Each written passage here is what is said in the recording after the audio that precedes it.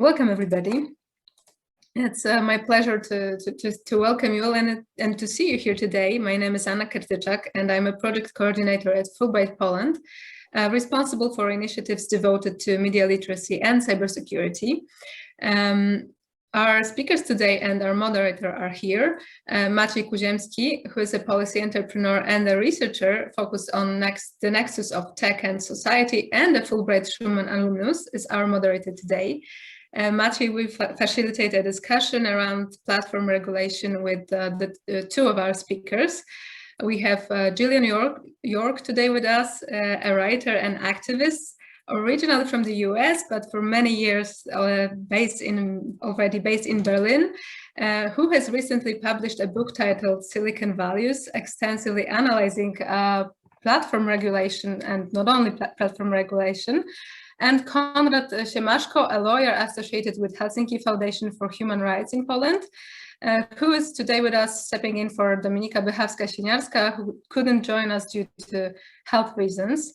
Thank you all for accepting our invitation, and please be informed that this webinar is recorded, and for those who couldn't attend today, it will be posted at our YouTube platform. And yes, this is another platform. So if you don't want your picture or your name to be visible on the recording, just turn off the video and you wouldn't be recorded here. So without further ado, to you, Maciej.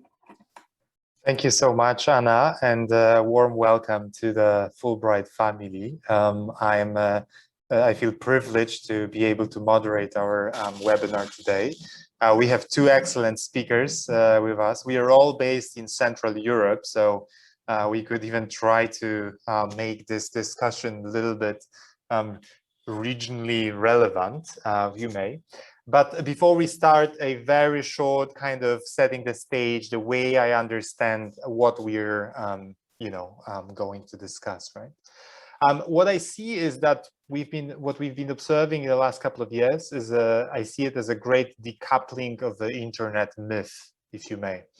After uncovering of horrific cases of algorithmic discrimination, hate speech, electoral manipulation, more and more people finally realize that internet has never been a utopia of free and equal expression.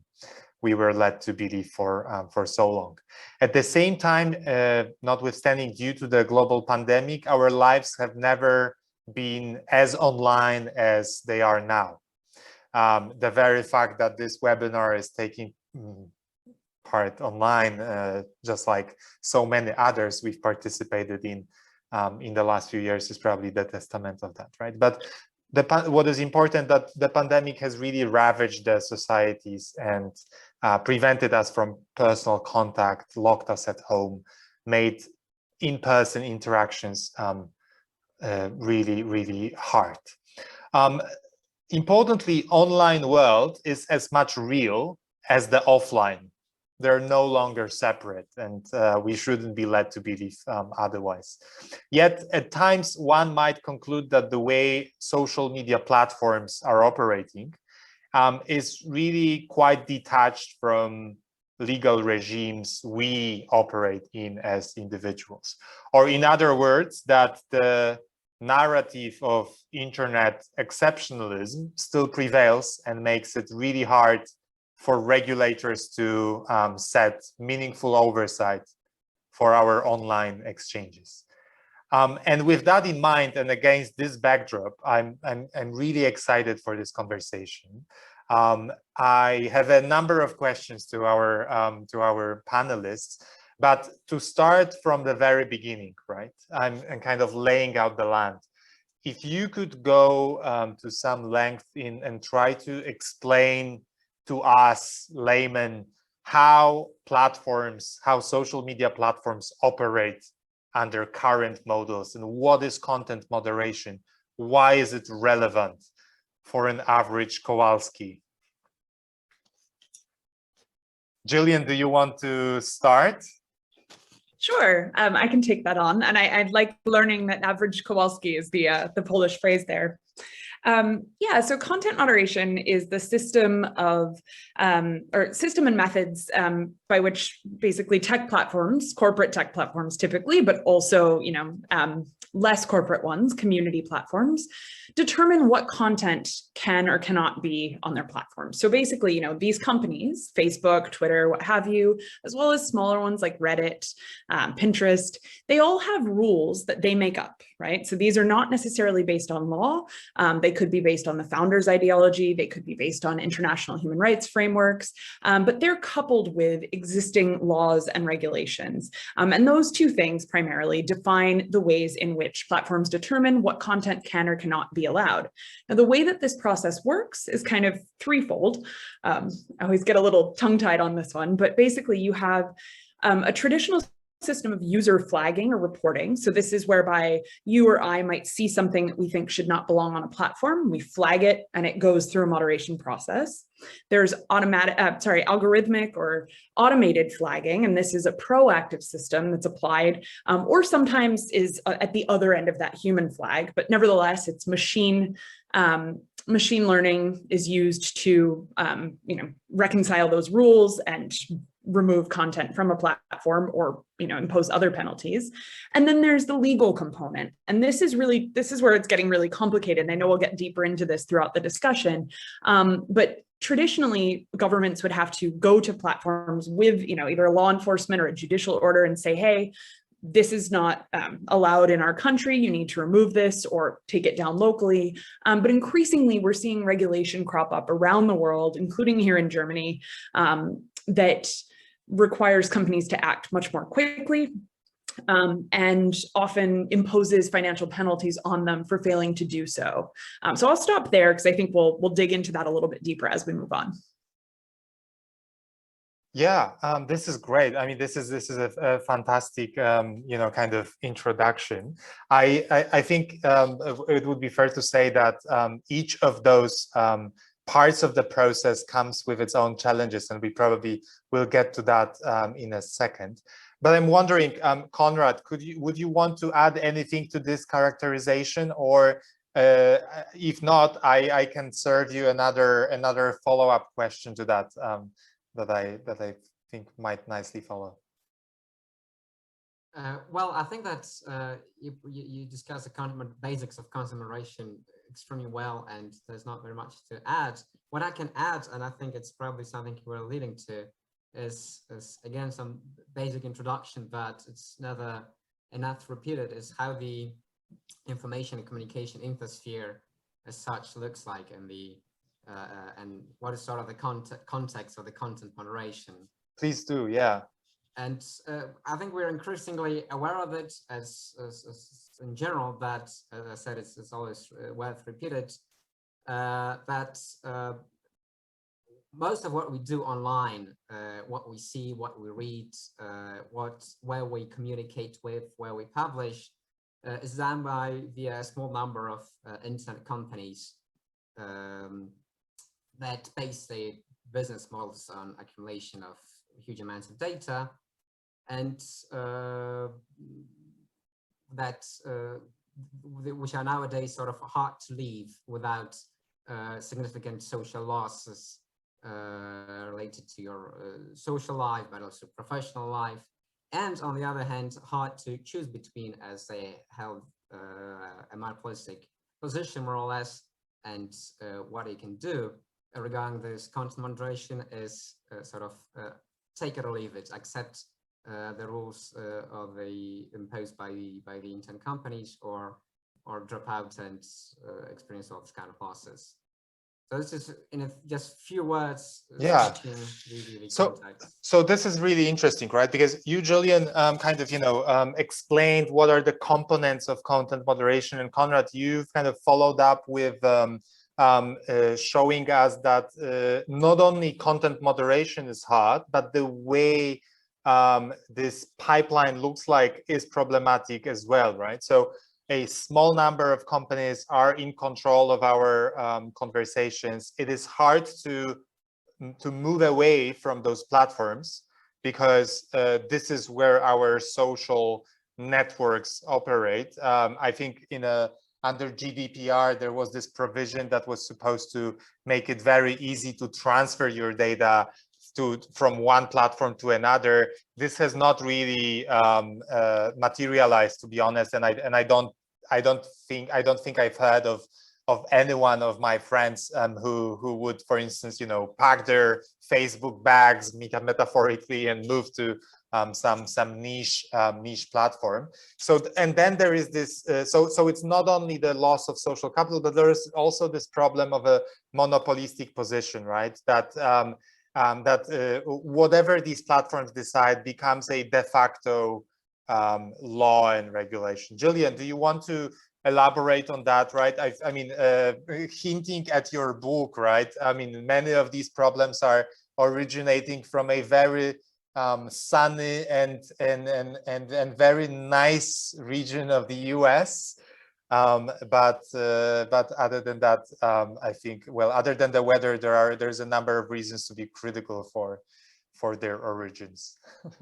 Yeah, absolutely. So I'll just share it here since it's not on the shelf behind me. It was on my desk. Yeah, the book is called Silicon Values. And the way that I see this is really that we've allowed this handful of companies, all built in California, all coming from really similar American, like specific American elite ideologies.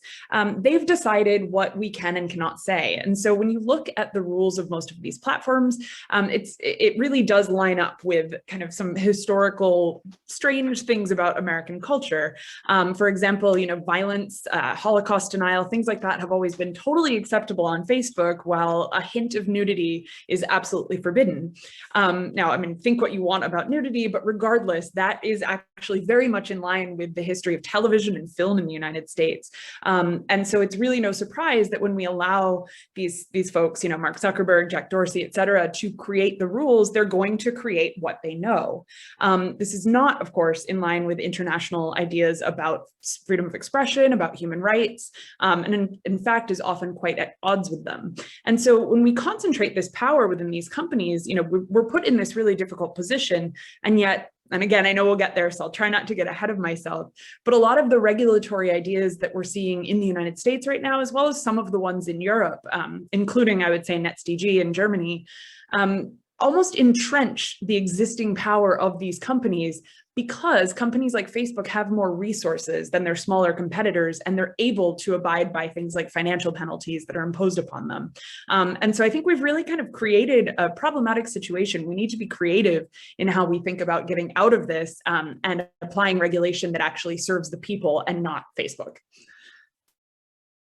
Yeah, indeed. I think this really kind of you nailed it, right? This is one of the problems that things have gotten so far, that whatever regulatory responses we come up with, they will always be favorable for the existing market players, right? So it's very hard, I think, to come to terms with this assumption and then come up with regulatory responses that would be relevant, right? So, but before we get to that, right, I would want to go through this threefold process and through the content moderation. But I think it's very you touched on a very interesting note, right? So there is a number of things that platforms are trying to do themselves, right? So there is this I think notion that Jack Dorsey's and Mark Zuckerberg's of this world have realized that indeed their power have been a little bit too concentrated, and they are trying to make amends, right? So recently we've seen a number of, let's say, self-regulation or soft regulation attempts, right? Including, for instance, a Facebook Oversight board. And I'm wondering, what do the two of you think of those attempts, right? Are they just a smokescreen, or do they really have any meaningful change? Do they make any meaningful change to the way content is moderated? Konrad, do you want to take a stab at that? Sure. Well, on one hand, any kinds of these developments can be described as positive, as they go into a positive direction, and the platforms themselves have higher role in moderating content and in handling the complaints internally. I see that there's a role in that. But I think now it's really clear that the time where calls for self-regulation where could be treated as sort of good faith we're gone past this stage, and I think it's quite clear both in terms of regulating content moderation, but also other issues relating to internet companies and more or less technology. We see sort of a parallel discussion in AI regulation. So there's definitely a need to go beyond that, and I strongly believe that there's a need for a democratic, legitimate regulation that would make these huge tech companies accountable, not just their own self-regulation. That is a positive thing and should be sort of part of this general regulation, but it's definitely not enough. Mm-hmm. Jillian. Sure. Yeah. I mean, I hesitate to give any credit to the Mark Zuckerbergs and Jack Dorseys of the world, because things like the Facebook Oversight Board, there's been civil society calling for measures like this for almost a decade. And it's only now that there's pressure coming from Democrats in the US and from the European Parliament that these companies have done any actions at all. The Facebook Oversight Board, as an idea, I like it as a concept. I was at one of the consultations for it in Berlin. And one of the things that I found about it was that they brought us all in. They had 7 different consultations around the world, really made a show of it, and then didn't take into account the vast majority of recommendations that were provided to them by civil society and folks who gave their time and flew to attend these. So, I have a hard time taking it seriously. And yet at the same time, so let me just go back a step and say that, I think that they got the mandate for it wrong. There are a lot of flaws within the actual makeup of the oversight board, such as the fact that decisions that are made don't necessarily trickle down to the next decision. So when we see them make this decision about Donald Trump in the coming weeks, this will not have implications for other tyrants who want to use the platform to incite violence. Now, on the other hand, the Facebook Oversight Board is made up of some really interesting people, and they've already expanded the scope of it to include not just takedowns, but what they refer to as, confusingly, leave ups. So that's things that people want to see removed, but that haven't been. Whatever I think about that is not so much the point, but the fact that they were able to expand that scope and make policy recommendations in each of the decisions that they've made thus far gives me some hope for this concept to succeed. And I do think that broadly, one of the most important things that these companies can do, and frankly, at some point maybe need to be forced to do, is ensure that they do have full inclusion and representation in decision-making. Because right now, the status quo of mostly Americans, mostly white, mostly Ivy League educated, just isn't going to work for the rest of the world. Right. Yeah. Indeed. I think this is one of the questions, and I think this is really indeed a kind of contested space, and over the next months and years we'll see how this sort of advisory boards, how they kind of try to carve out a space for themselves, right? In my, let's say, academic vicinity, I've seen a lot of criticism towards people who decided to either join this board or were enthusiastic about it. But I think in lieu of real regulation, this is probably one of those intermediary steps that may try to make amends and change things for the better, as Konrad has mentioned, right? But let's go to the content moderation itself, right? I'm trying to make sure that we establish relevance for our audience, right? So why would we even care, right? There is a number of markets where there is an existing monopolistic position of a given player. Usually this would be from the side of the public sector player, for instance, right?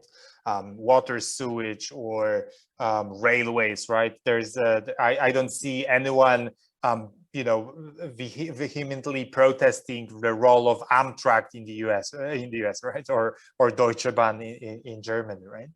So my point is that in many cases, users would really favor convenience over, for instance, their rights, in this terms, digital rights, right? But the way you, Jillian, have described the content moderation process, kind of having these 3 stages of first user flagging, reporting, then this automated methods, and then legal components.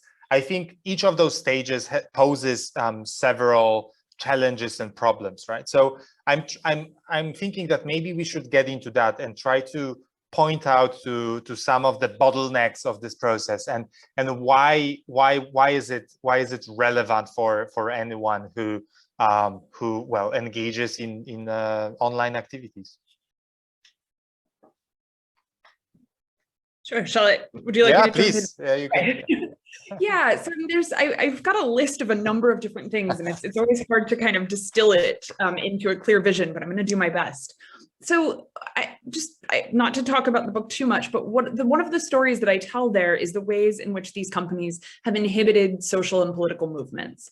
And we've seen this through a number of different ways. That's where it gets difficult to describe. So I'm just going to give 2 clear examples for you. One is Facebook's real names policy. So there's a lot of arguments being made right now in the United States, in Europe, in the UK in particular, that we should hand over our IDs when we go online, or at least when we go on Facebook, that we should all be identifying by our real names because that makes us more civil. Well, first of all, there's no data to back that up. In fact, the data kind of suggests the contrary. But regardless of the data, the fact is that there's a large number of people around the world who have very legitimate reasons for not wanting to put their real identity online, whether that's, LGBTQ youth in societies where that's not particularly safe, or people who are living under authoritarian governments. And so a couple of the stories that I tell relate to that, but just to really put a fine point on it, the Egyptian Uprising in 2011, the page that eventually called for people to take to the streets was actually shut down because of this policy on Facebook, and only with the intervention of journalism and civil, human rights groups was it actually put back up. So almost didn't happen.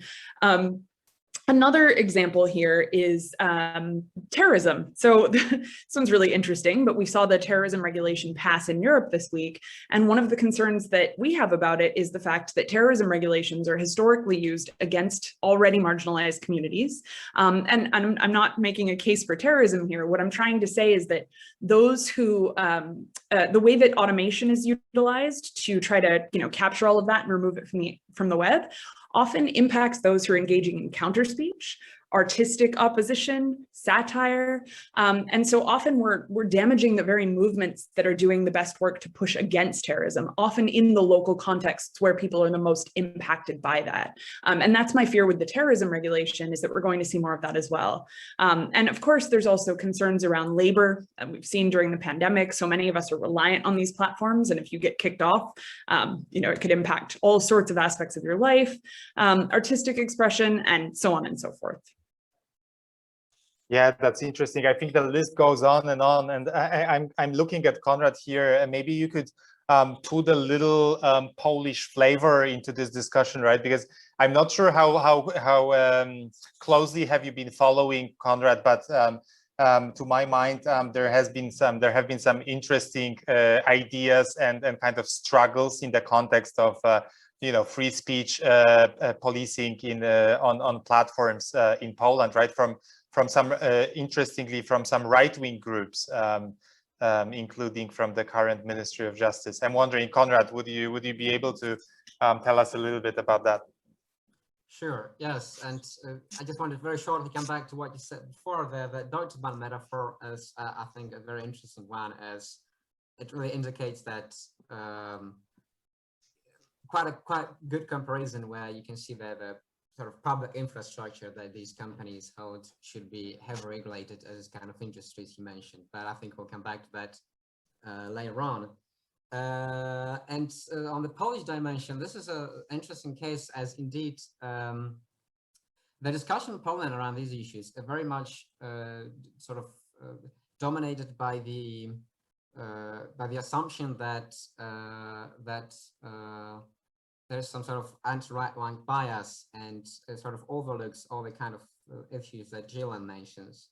And we've been looking at different cases, and I think there are many cases that indicate that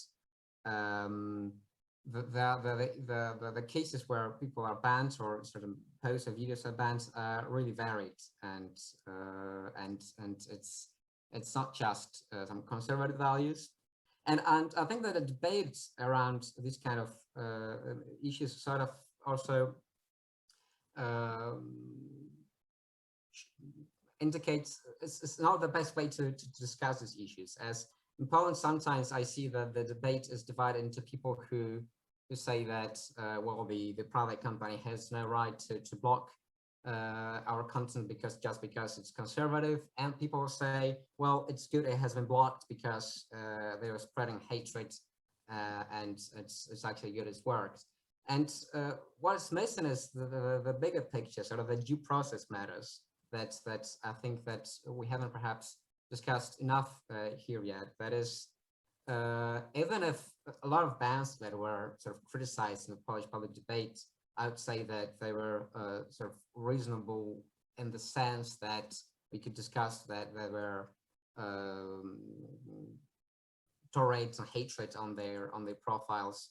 But I don't want to get into the very specific cases. What I want to say is that the problem is that even if today we might agree that this specific content was rightfully banned because it was spreading illegal hate speech, without appropriate safeguards, procedural safeguards, the same things may happen and are in fact happening,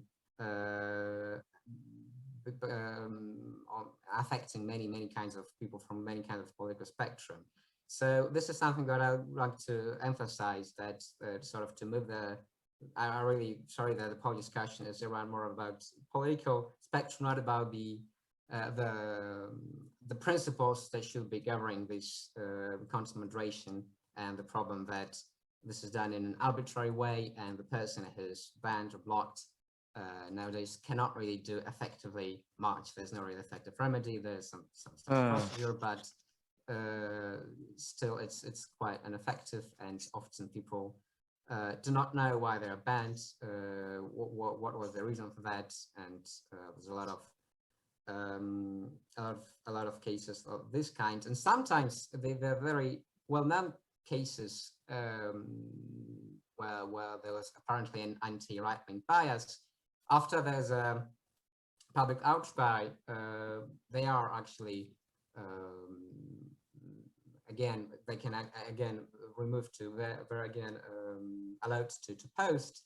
What is not the same thing for many other people who could not have opportunity to use other platforms to indicate that they had not been rightfully banned, and they continue to be banned or removed. So this is one part of the problem of the Polish discussion. And indeed, there was some interesting proposal from the Polish Minister of Justice. I'm not sure whether you'd like to discuss it now or leave it more for the. We can get back to it in a moment, because I think it's a relevant question.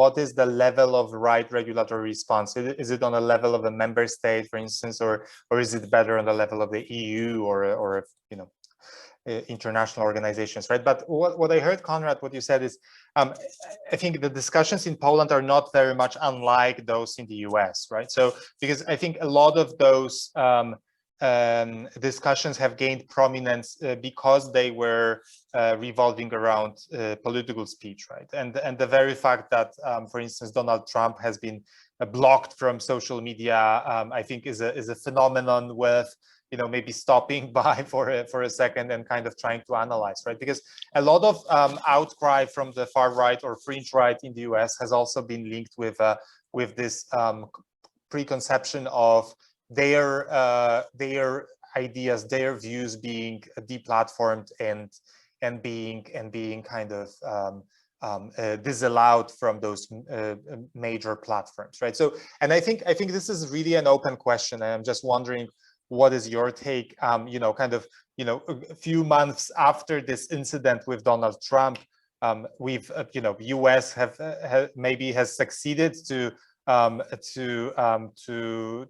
elect a maybe a little bit more reasonable president, but it doesn't mean that Trumpism is gone, even if it's less visible because of the fact of Donald Trump not being allowed on those platforms, right? So I'm wondering what is your take on the limits of political speech, and what is the right way to go for those platforms, again, in lieu of proper regulations, right? Where platforms where they in the wrong to try to block Donald Trump, were they too late to do that, or was it just a cynical move, kind of anticipating the change of political winds, and anticipating maybe a little bit different approach towards right-wing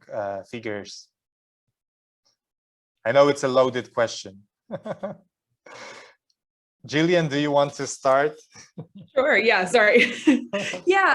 It's a difficult question, honestly. I mean, on the one hand, I think that the companies were cynical in waiting until just a couple weeks before Trump was supposed to be out of office to act. There was evidence for several years prior to that he had violated the rules. And my take on this has always been that companies should apply the rules in the same fashion to all of their users, regardless of whether or not it's Trump or me or you or average Kowalski. Just wanted to use that. But then at the same time, you know, I do have an overarching concern about the idea of leaving it up to mega corporations to decide whether our elected leaders can speak or not. Trump is obviously a problematic elected leader, but the problem is that he was elected. The problem is that no other country really intervened. That's really the core of it. And so leaving these decisions up to Facebook and Twitter, I think, has real lasting repercussions for our societies. It might be very satisfying in the moment to see this permaban enacted, but I think that in the long term, it's not going to create a better world. Absolutely. Conrad, anything to add on that? Just so I agree that what this case shows is just a huge, tremendous power that these companies have, and even when we can support some individual decisions and feel good about them, it's the problem is that it's them who make the decisions, and we as a public cannot really do much about it, and this is what needs to be changed. Yeah, and now going back a little bit to the content moderation itself, right? The way I see it, we have two major components. One is based on human activity, labor, and the other one is automated, right? And both come with certain upsides and downsides, right? So user flagging and reporting, I mean, this engages us as users in some sort of invisible labor, and kind of, you know, pushes the responsibility towards the community.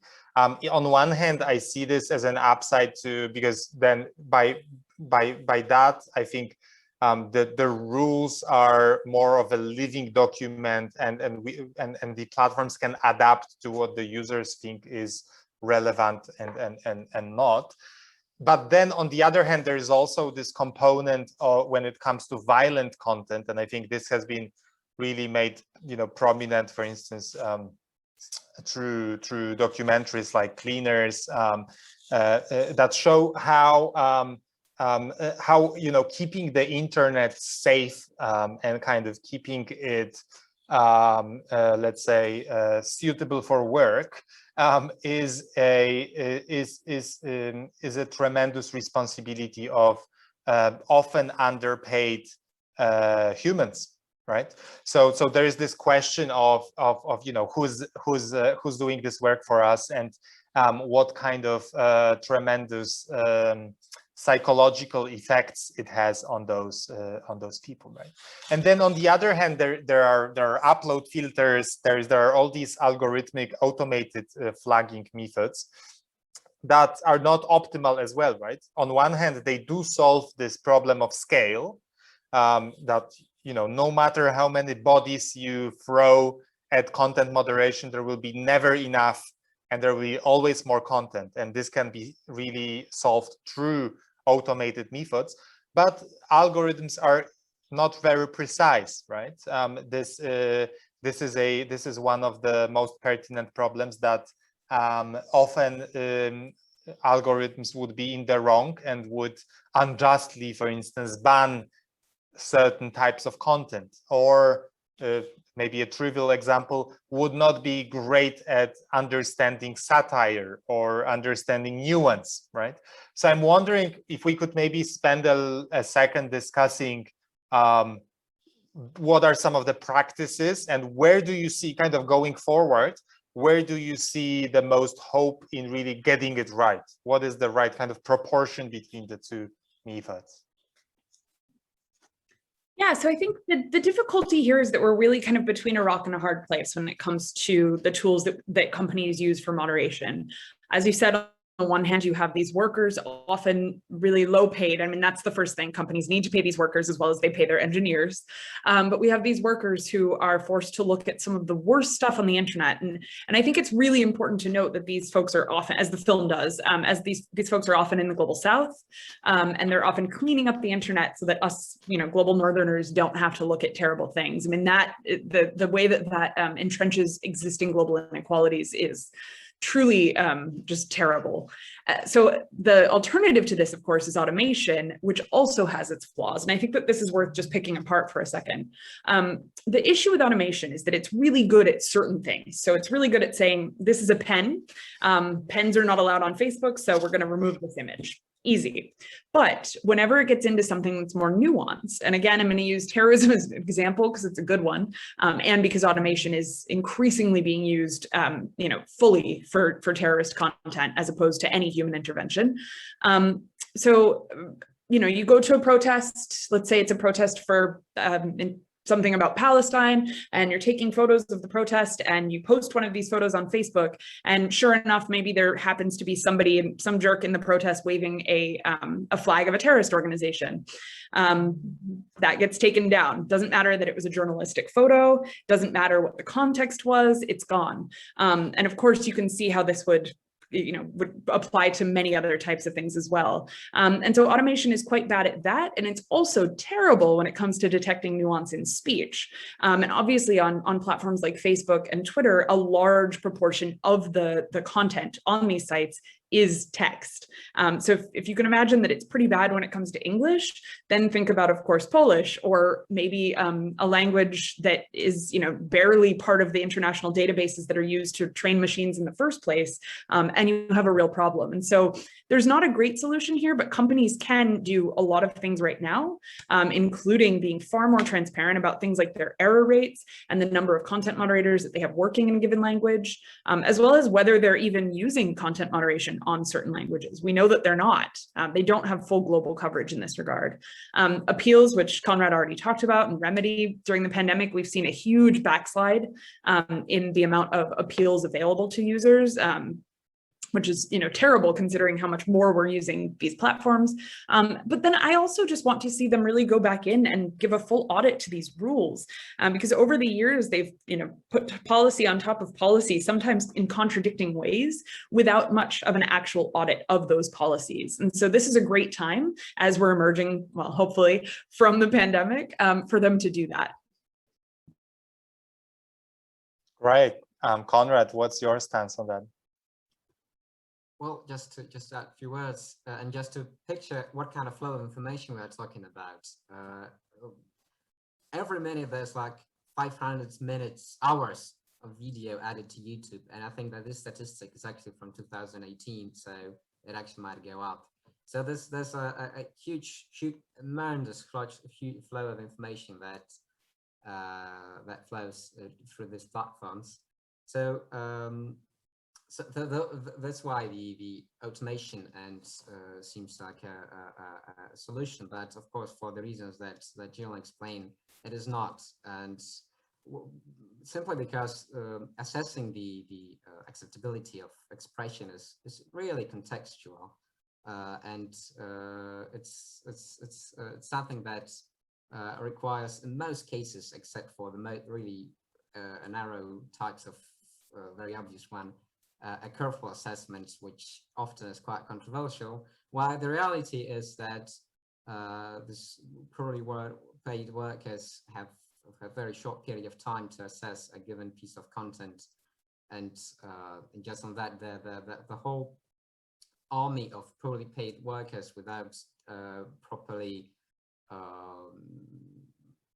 proper health assistance and proper supervision is, I would say, one of the biggest scandal behind the digital work in general. And the thing that it's still, I don't know of any plans to sort of advocate for, and I know of advocacy campaigns that advocate for ending this outsourcing of this kind of work, but I haven't heard of any plans to stop it. And I would say this is one of the biggest scandal around it.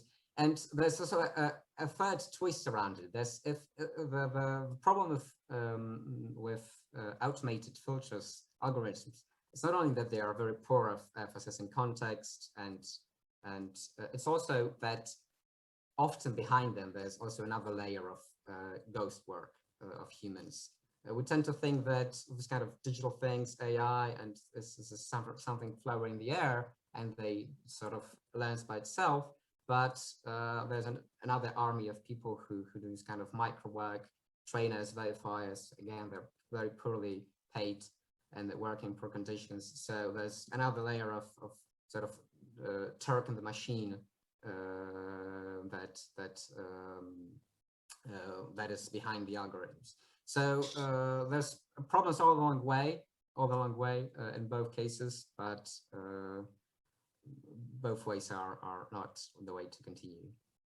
Yeah, I think, Konrad, this goes without saying that there is this another entrenched myth of internet being this, fluffy, invisible thing in the air, whereas this is a, tangible infrastructure with a lot of human labor in the process, right? But I'm really glad that that the last few years have really kind of, proven to be instrumental in trying to disentangle our understanding and a really kind of lay understanding of how digital space operates, right? But kind of moving to the discussion about regulation, right? I'm wondering, because there is a lot of going on these days, right? Both in the US and the EU. In the US, there's this discussion about Section 230 and its reform. In the UA, we have DMA, DSA, new AI regulation being the draft being launched maybe last week. So I'm wondering would you feel comfortable maybe speaking a little bit about that, because the last thing that I would want to our audience to feel after this meeting is the feeling of hopelessness, and I really would like to point that to some ideas and regulatory proposals that might really amend this power asymmetry that has been going for far too long. Yeah, so when it comes to regulation, I mean, I think we should take the US regulatory proposals quite separately from the European ones. They are different with a few aspects in common. So I will say, I work mostly on international issues, so I'm not fully up to date on all of the different proposals. There are also just a lot of them, making it difficult to keep track of. But to give the broad overview, assuming that folks may not know as much about them, should I describe Section 230, or do we assume that everyone? No, please do, very briefly, but please do. Sure. So there's a lot of confusion about it, including from US lawmakers, but in brief, platforms are regulated by the First Amendment and Section 230. The First Amendment of the Constitution in the US is what gives them the right to curate as they see fit. So if they want to say no cats tomorrow, they could say no cats, and that would be perfectly legal for them to do that. What Section 230 does is protects them from liability, civil liability specifically, when they host content, certain content that's illegal. There's some stuff that they do have to take down, like child sexual abuse imagery, but for the most part, they're protected from liability, but it also protects them from liability for the things that they do take down. So that they can't be held liable if they remove political speech, for example. So this really gives them just free rein. And what we're seeing with the proposals in the United States to amend Section 230 are really aimed at placing a certain level of liability on these platforms.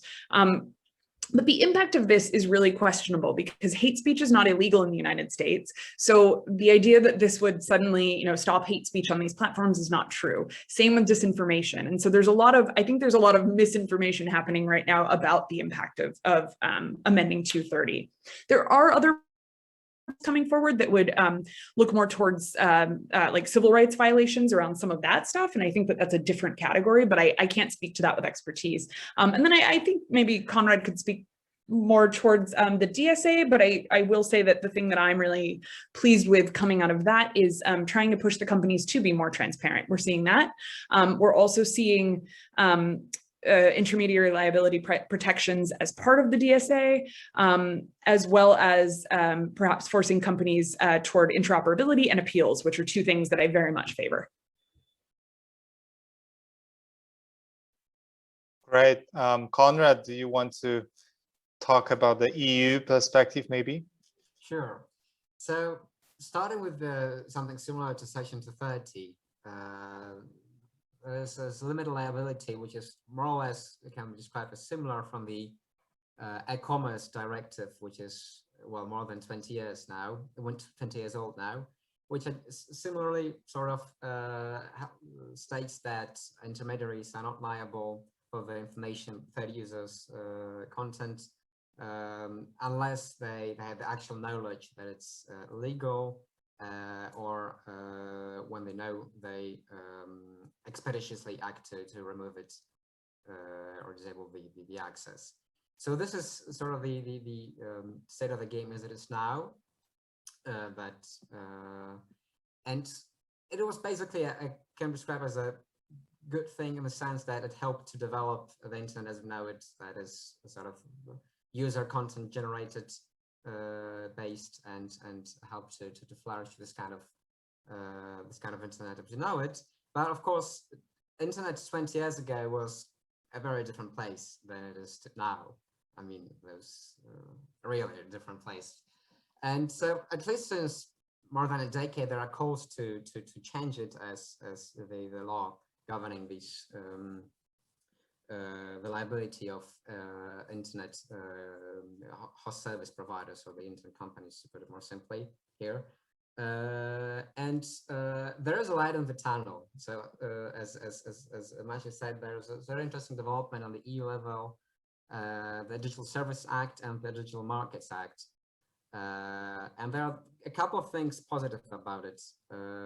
Again, I don't want to go very much into details, but starting with the general things is that the good thing is it's a comprehensive package that the European Commission is thinking about the problem, not only narrowly in the things that how to regulate sort of the process of content moderation, but also sees the dominant market position of these companies and tries to respond to that. Whether it is enough, that is questionable, but it's still a working document. So this is the first good positive thing. The second thing is that it introduces all this kind of transparency and due process accountability mechanisms that were missing for many years, and the civil society have been calling for many years. And finally, we see a light that they will be introduced. So reducing the arbitrariness of the internet companies. So very briefly, a blocked user will receive a reasoned decision explaining why he or she has been blocked, what sort of rules were violated. There will be a possibility to appeal first into there's an internal review in the company. There will be also a possibility to appeal for external review out of court dispute settlement with possibly a judicial redress, but I'm kind of unclear in this regulation. And there are much more. There are some also transparency obligations, as Jillian mentioned. So the companies will be obliged to publish sort of transparency reports explaining how they moderate the content, to put it more simply. So there's a couple of positive things. As always in this kind of regulations, this is still a proposal. We'll probably see a long way until it's adopted, and a lot of intensive lobbying in between. But on the positive note, there's a light in the tunnel in this context. Yeah, and kind of following up on that and what you mentioned before, right? I'm trying to understand what is your take on what is a right level of intervention in terms of policies and regulations, right? Because we obviously see now a lot of activity on the level of the EU, which I think is really commendable and in the past have proven to be quite successful versus these monopolistic players. But then the world doesn't end on the borders of the EU, right? And the matter at hand is really a global speech, right? And how we interact all over the world with each other, right? So I'm wondering, because Jillian, you mentioned, you hinted on NetDG, right, in Germany, which had its own successes, I think. Maybe you could speak a little bit about that. But then I'm also wondering, I think our audience could be also interested in what, for instance, OECD has been recently doing on digital taxation as another way to penalize some behaviors, right? Of platforms. Yeah, I think that that it's a bit of a double-edged sword when it comes to things like NetDG and also just the broad impact of any regulation that's put forth in the EU or the US for the rest of the world. So first on NetDG, the idea behind the law is to make companies or to penalize companies financially when they fail to take down illegal content in Germany within 24 hours. So this is, you know, broadly good from a German perspective, but there are some issues with it. One is that it only applies to companies of a certain size.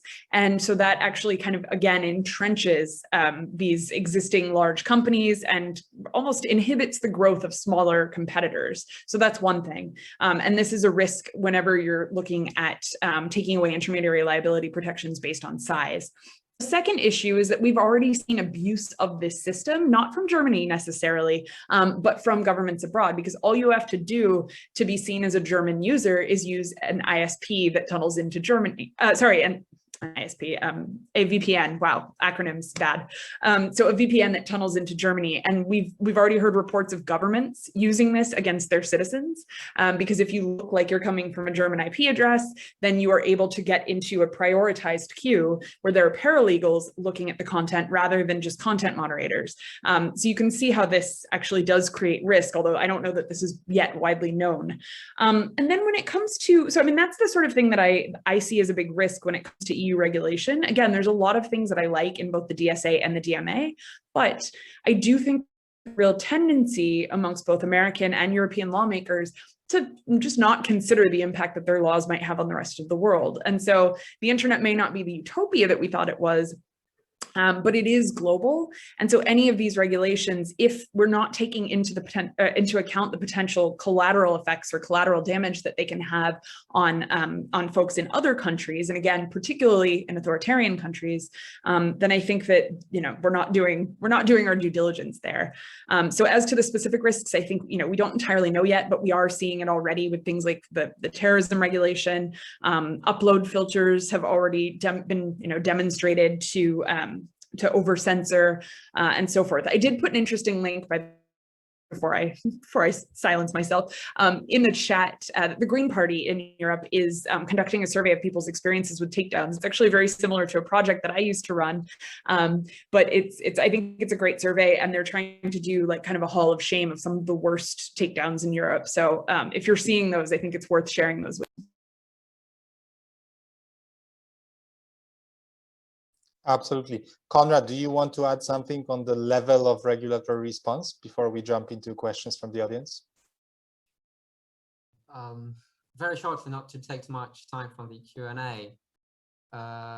Yes, I definitely agree that we have to keep in mind that sort of some of the solutions adopted in a more friendly environment are being copied in a more autocratic environment. But there's also another thing is that I think from our perspective, so the Polish perspective, the EU level is much more safer than the national level when we take a look at the proposal for the national regulation that was put forward. And that's one thing. And another thing is that since these are the global companies, the response should be as global as possible. So as without any kind of global response, global per se, the EU is probably as close as we can get there.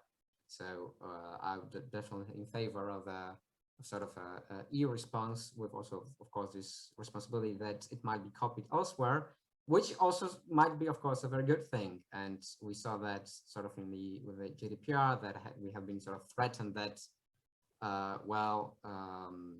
it's just too much burden for the companies, and there's no point of adopting it. And then we sort of tend to see that it is being followed in some other places as well. So there's also this positive side of following this kind of regulation. Indeed. We will now turn to the audience and to a Q&A. Let's start with the two questions that have been asked in the chat, but please do make yourself known if you have questions. Questions can be asked in writing or verbally, however you prefer. But let's start with the first one. I saw a post earlier via Scott Galloway that Facebook ran an experimental trial where they enabled some users to self-report some news stories as sort of toxic, and then their algorithm adjusted their news feeds accordingly with an eye toward a healthy discourse. However, Facebook decided against utilizing the program because it decreased user involvement and thus profits.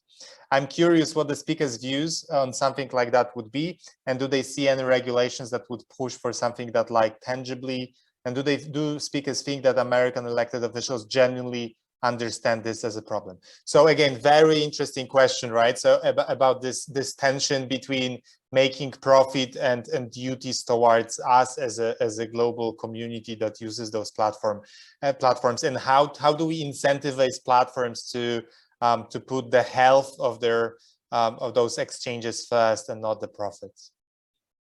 Yeah, it's interesting to me that, well, interesting and yet not surprising, at least in the US context, but perhaps in the European one, that the conversation is so much about speech and speech rights, but we don't talk as much about the design of the platforms or the business model. And so, I start from the basic idea that the business model is the problem, that we're incentivized. Surveillance capitalism incentivizes us to hand over all of our data to the platforms. This is not my theory, but Shoshana Zuboff's, but that incentivizes us to give all of our data to the platform so that they can then use it to incentivize us to make them more money. So we have to start from that premise. And then, I think that, again, I'm not a free speech absolutist, but I am definitely a free expression maximalist for a variety of reasons that I get into very deeply in the book, but I won't waste your time with today. However, I think that, design, the idea that design is always a form of speech is a little problematic to me. And we know the adage that code is speech, and of course in the legal context it is, but I think that there's so much that we can do to redesign platforms, either through regulation or through self-regulation, that would change, a lot of our experience there. And so the part of this question that I'm the most interested in is, do we think that American elected officials genuinely understand this as a problem? And my answer is a resounding no. I don't see them looking to rein in the profit instincts of these platforms and the ways in which they're utilizing this practice of surveillance capitalism against us. And instead they keep focusing on harmful speech, which constitutionally is really not something they're ever going to have a win with. And so I do think that we need to reframe and refocus the conversation. That's interesting. Maybe I will follow up in a second on how we could reframe this conversation. And we've hinted before and someone hinted on that in the chat, right? On basically thinking of platforms as a public utility or infrastructure. I think this is a really exciting trend, but let's get to that in a second. Konrad, any response to that question or on business models? Just very shortly. Business model.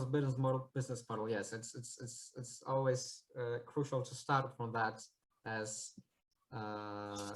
we might see all these efforts that apparently the platforms are doing to remove the toxic speech, but on the other hand, their business model is based on promoting this kind of controversial content that catches our attention and engages us more. So that's definitely always important to emphasize. And as to regulatory proposals regarding the sort of the designing of our wall or designing of what we see, the DSA unfortunately does not introduces that. It mentions more of a transparency regarding this issue. So it allows the platforms to inform about the basic parameters, how they organize the content. I'm afraid that put like this, it will be not very informative and will receive something very general. But again, it will be some sort of step forward there. Another answer would be something that you might mention at the beginning. So making it possible to move from one platform to another quite easily, or interoperating between different platforms, that you could sort of via this way arrange your the things you see.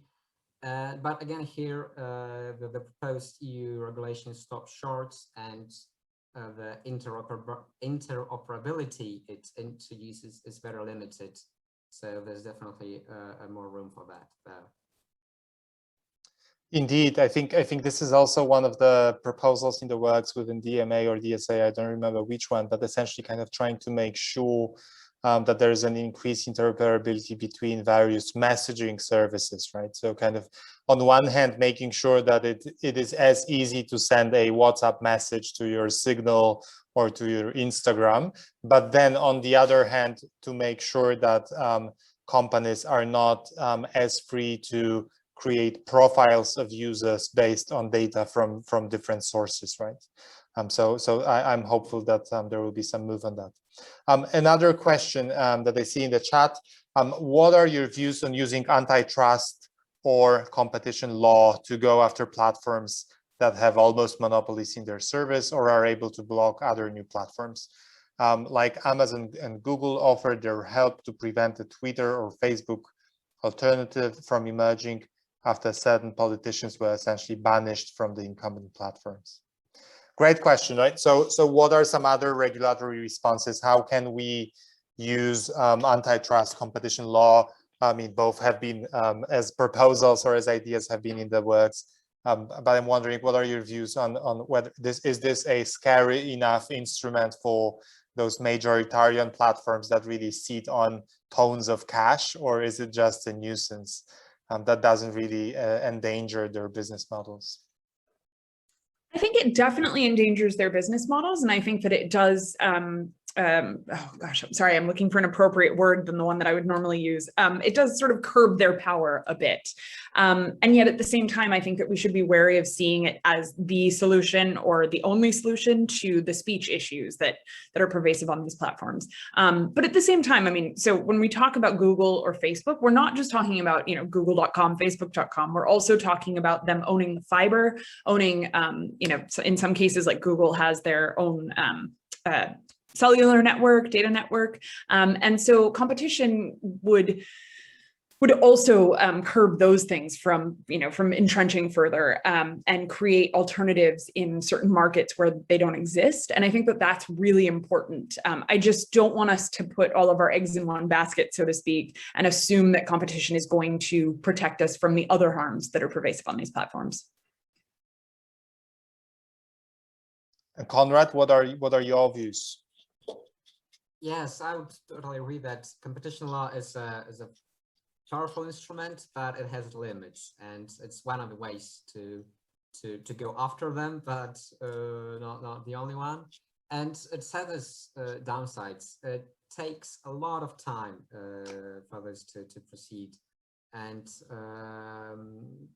so it definitely have to be supplemented with other measures. Especially that you also see that the mergers and the concentration continues, even where the European Commission has a chance to sort of to stop them from growing. And even though in the past, in Europe, there also has been sort of the safeguards have been not followed that were imposed on the mergers. I'm thinking, for example, the Google and Fitbit, the company regarding the sort of these watches, that smart watches. Of course, the European Commission finally accepted the merger, and there have been some interesting conditions that were put to stop, to limit sort of the problems there. But I see it as an example that even where there are interesting competition measures, they are not always used in a sufficient way. Interesting. I'm wondering about let's say another kind of strand of emerging work that is happening and that has been maybe in the context of the EU, at least enabled or empowered via GDPR, namely strategic litigation by civil society, right?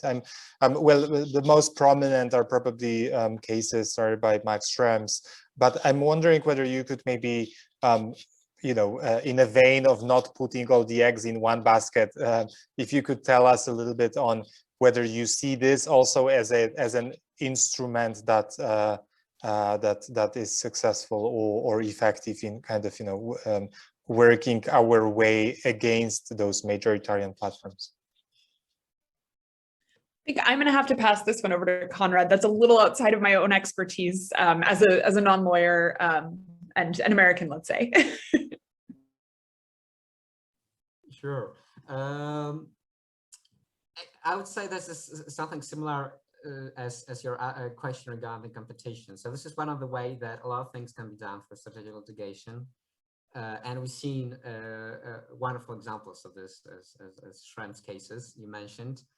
But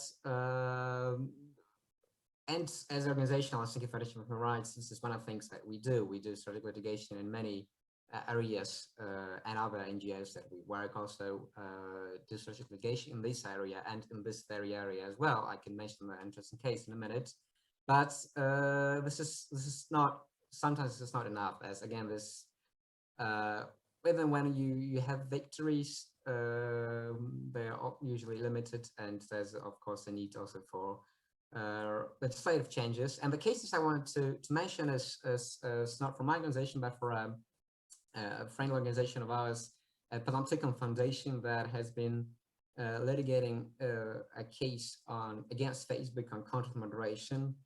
They have been representing an NGO, a Polish NGO, on civil society initiative for drug policy. I think something like that would be the translation there. Sort of the harm reduction education advocacy group that has been banned from Facebook a couple of times, and the last time I think in 2018. And the case goes on from 2019. Panopticon used civil procedures because there was no obvious procedure to initiate this case. The personal rights sort of model, claiming that Facebook infringed freedom of expression of this organization. And well, it's 2021, and the case still has not reached yet the sort of the main part. So this just indicates this is a very important case, and I'm really hoping the best for it. But it just shows that the strategic litigation sometimes takes time, and we also need this sort of legislative action there. Yeah, I think this is an excellent point, that strategic litigation or any judicial action is not really a recourse enough in most cases, because it's just super time consuming. And Anna, I see, posted a link to the case both in Polish and English on the chat. I'm turning again to the audience to look if there are any further questions. I have my own questions, of course, but oh, I see. Okay, I see a question just posted right now. There's been some discussion of antitrust as a possible remedy. What about government simply being less pliable with mergers and acquisitions? How different might the social media landscape be if Instagram or WhatsApp were competitors?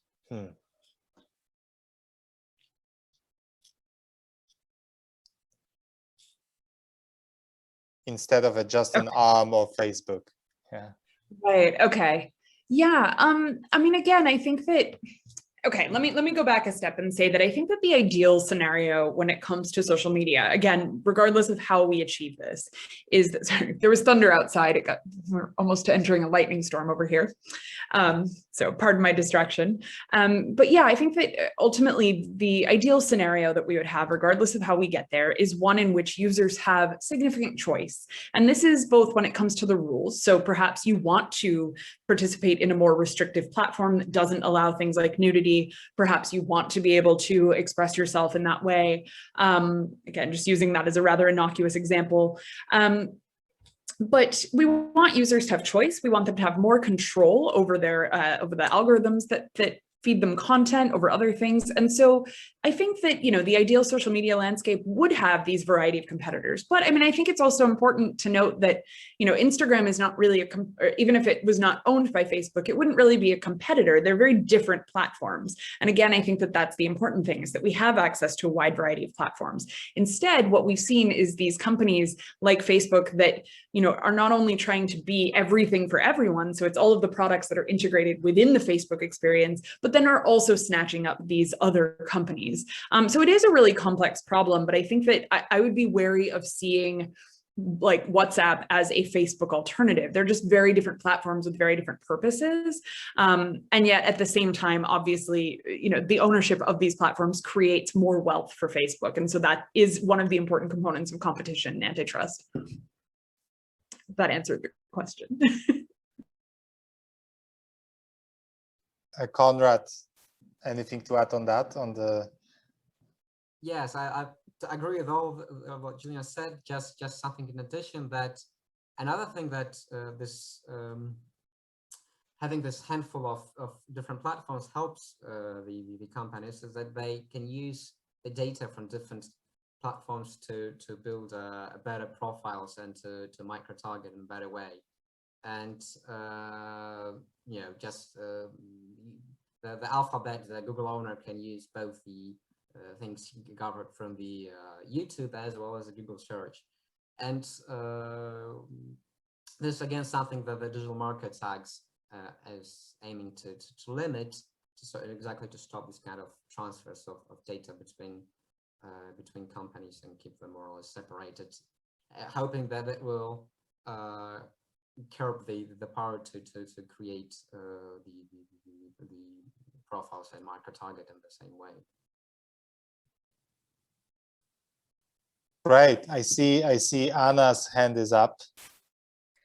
It's just, you know, giving an example that you can raise a hand and ask a question. You now have the option of unmute yourself if you prefer, you know, speaking instead of typing your question in the chat. But since I'm speaking already, I will go back to the regular Kowalski, of whom we've been talking a bit earlier on, and would ask the speakers for their recommendations. Like, what can a regular Kowalski or Kowalska do in terms of, you know, I don't know, staying safer or feel better at platforms? Because I, as a, maybe not a regular Kowalski, but as a individual user of the platforms, and a member of a minority too, I've come across, you know, several examples of a hate speech on Facebook, and of course I've been flagging the content and sending it back to whatever automation system it was, or maybe a person somewhere in, you know,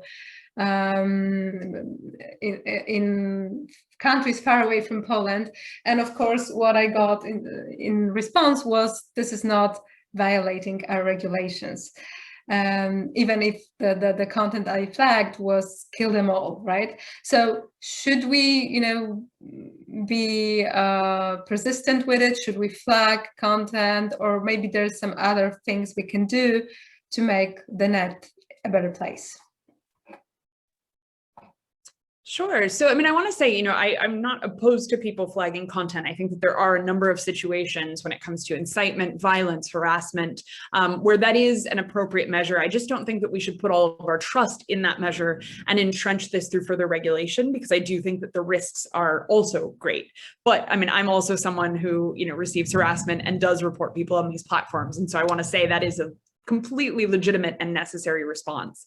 But I think that there's a lot of other things we can do. I mean, I think that we should, focus a lot on the societal the societal solutions to these ills, as well as educating people on how to use these platforms more safely. That includes, greater privacy measures, maybe not sharing everything. We've seen, like, during this wonderful period of vaccinations, how people are putting themselves at risk by sharing details about their vaccination without erasing information. I know this is maybe more of a US phenomenon. We're barely even getting the vaccine here so far, but little things like that can make a huge difference and create a lot less risk. But at the same time, we don't want to inhibit people from speaking on these platforms. They have shown to have great potential for social movements and change, even with all of the negative things that they bring along. And so I think that it's a balance. And yeah, I guess in terms of other things the average person can do, I mean, I think it is making sure that the next generation isn't, wow, sorry, we've got an incredible storm over here. Making sure that the next generation is not bringing forth these same, societal ills as the generation we have now. And so that really just comes down to education.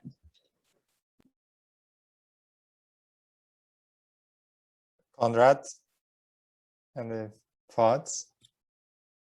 I'm always bad at these individual solutions, as I would like to learn more about them as myself. But of course, they're important for our psychological health and doing things in between as we await these more systematic solutions. But I think it's always important to think of these things as supplementing. So as we wait for a systemic change, it's good to have these individual measures that we can adopt to adopt better the circumstances in we are. But it's necessary to do a more systematic change. And of course, I feel your frustration with flagging, because I also flagging some definite hate speech when I see across it, and usually, it doesn't really work. So that's also my experience. I'm looking out of the window towards the west, and I see the signs of a storm coming from Berlin. But we still have a couple of minutes. I don't see any questions in the chat or any hands raised, but there is something that I would like to ask you, if you may, and something that I'm quite interested in, right? So kind of trying to place our conversation in the context of a COVID pandemic. It goes without saying that every crisis of this size is also a opportunity for governments around the world to maximize their powers, their control powers over citizens, right? And we've seen this happening also in the context of COVID, where surveillance practices have been much rolled out in a much more streamlined manner due to public health concerns, for instance. And I personally don't think many of them will be retracted once the pandemic is over, because it is just a nature of every power just to maximize, right?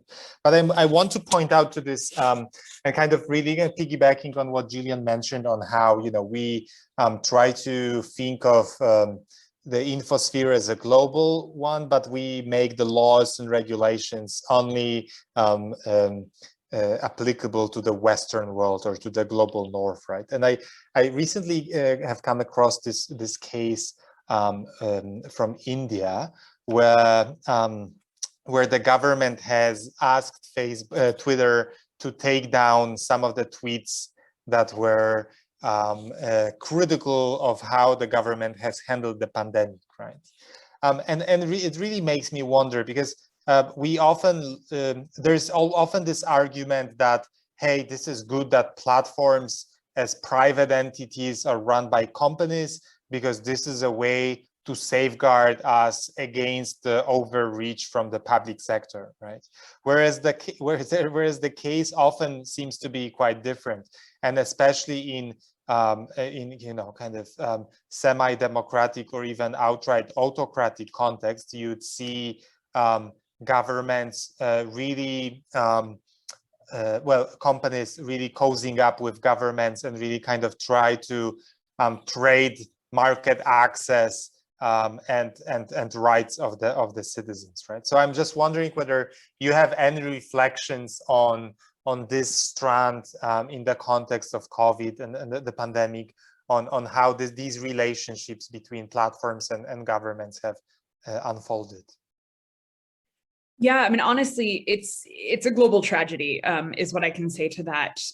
So already, I mean, I have a lot of criticism for Germany and its NetzDG law, in the sense that it has been, exported and copied by, I think, as many as 18 countries at this point, and some of them to really negative effects. So Turkey and India are the two examples that are being talked about the most right now. Turkey, for example, the range of content that they would identify as illegal, when used in the context of a copycat version of the NetzDG law, creates a very censorious situation.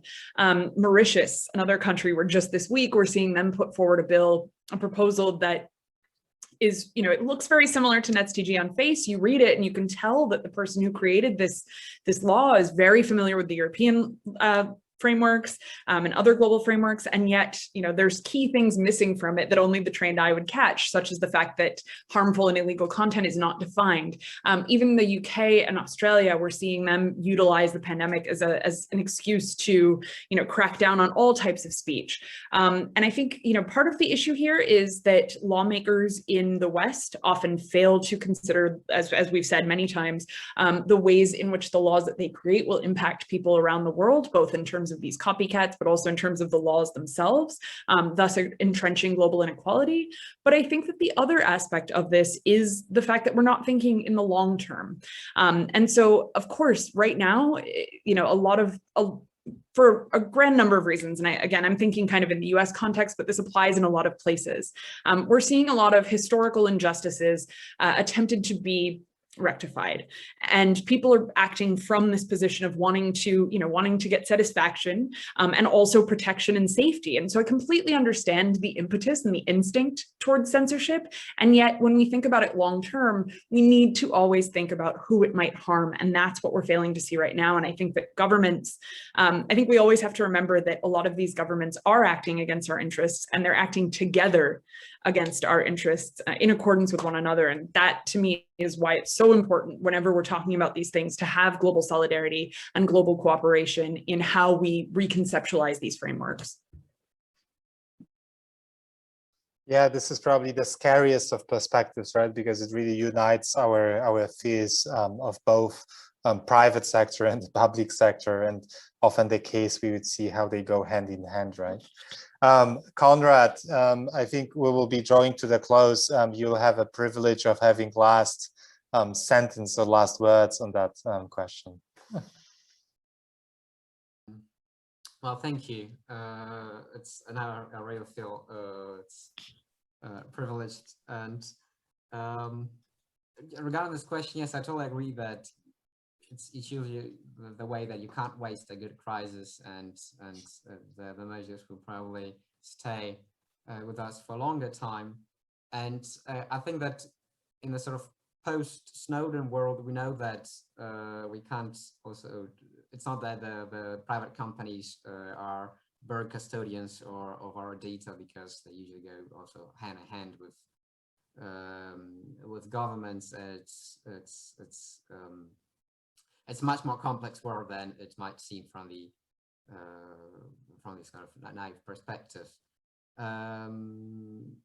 So my last few words would be that just that, to sort of using this opportunity to sum up, that it's really great that we're having a discussion. I see that as a really growing awareness of these kind of problems, and you can really see it in the growing in the last, I don't know, couple of years, that out of the expert topic that that perhaps was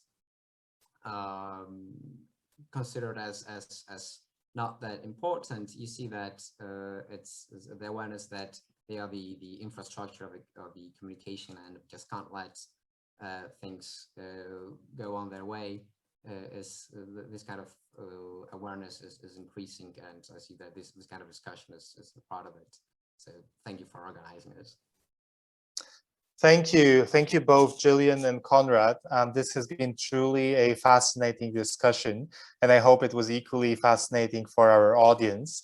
And thanks for the audience for bearing with us. I think after this hour and a half, it really is self-evident how important it is for everyone to pay attention to how we lead our digital interactions online, and that this is not merely a topic that of interest for some experts, but it really touches on our day-to-day lives. So thank you again, Jillian and Konrad, for shedding light on those discussions.